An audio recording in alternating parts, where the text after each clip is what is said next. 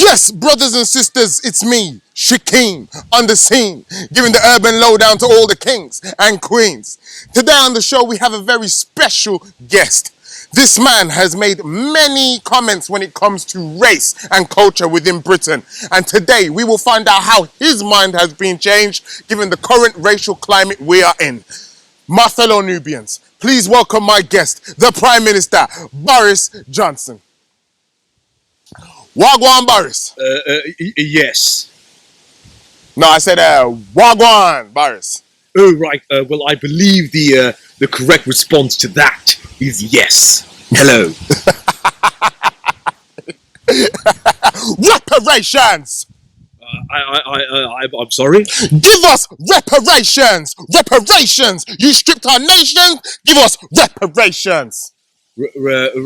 Reparations. Yes, give us reparations, okay? You gave the families of former slave owners money for their loss of property, so you give us reparations for the humanity that was stripped by this democracy. Reparations. Well, I'm sorry. I thought I was meant to be meeting Trevor McDonald. Are you his nephew or something? Listen, I am Shakeem on the scene, born from a black queen, okay? Never vicious, never mean. I'm Shakeem on the scene. Scene reparations.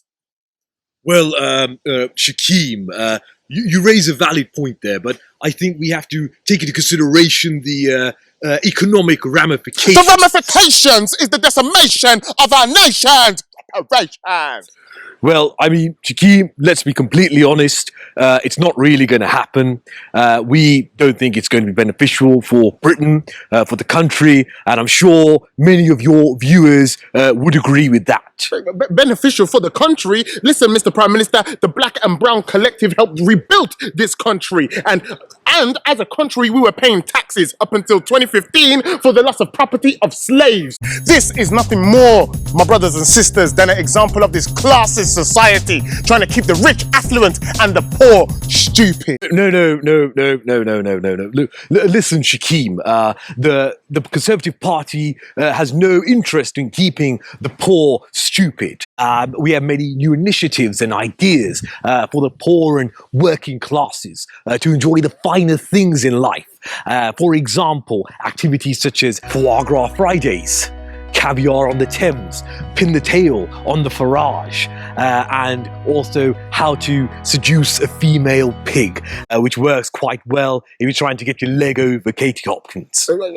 Listen, Mr. Prime Minister, you're bringing your Conservative Summit Party to Birmingham, isn't that correct? Yes, 2021.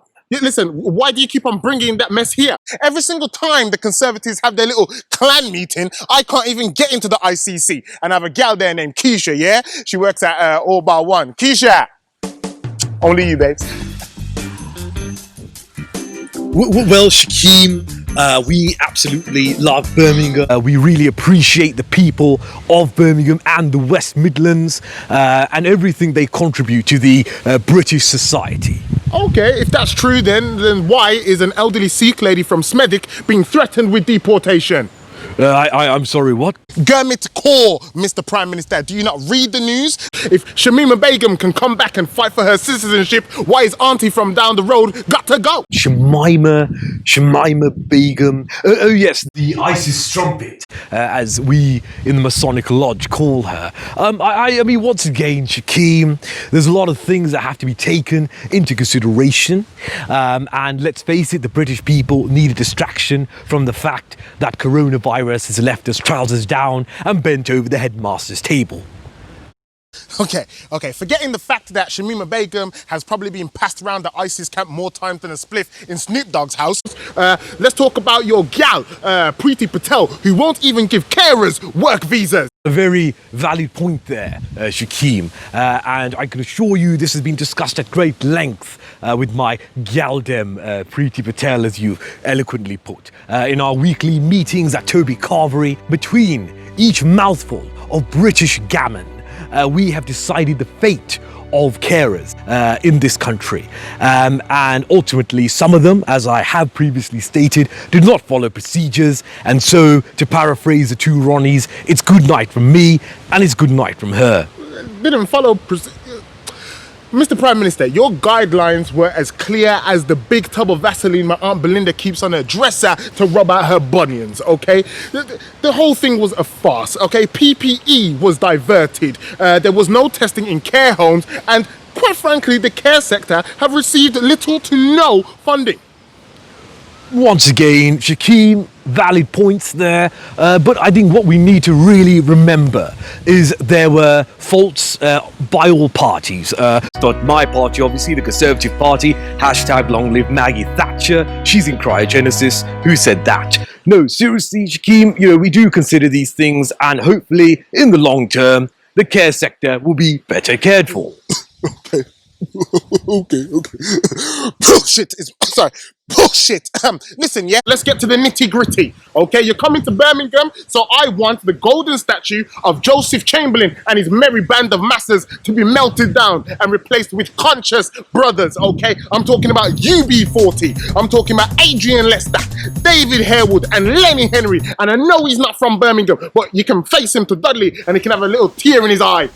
Well, I mean, I'm always more than happy to consider different ways to celebrate the Black and Asian culture in Britain. And I myself have been trying to educate more on Black culture. I most recently recall watching a documentary about the wonderful island of Jamaica and how a group of young Black men, led by a white man of course, were able to overcome great adversity and struggle and become Jamaica's first bobsled team. Bobsled team? Yes, I believe it's a winter sport. They even had a rather catchy tune. Some people, I know they can't believe Jamaica have a bobsled team. Mr. Prime Minister, was one of these gentlemen named Sanka by any chance? Yes, I believe it was. Have you seen this documentary? That's not a documentary, you dickhead. That's Cool Runnings.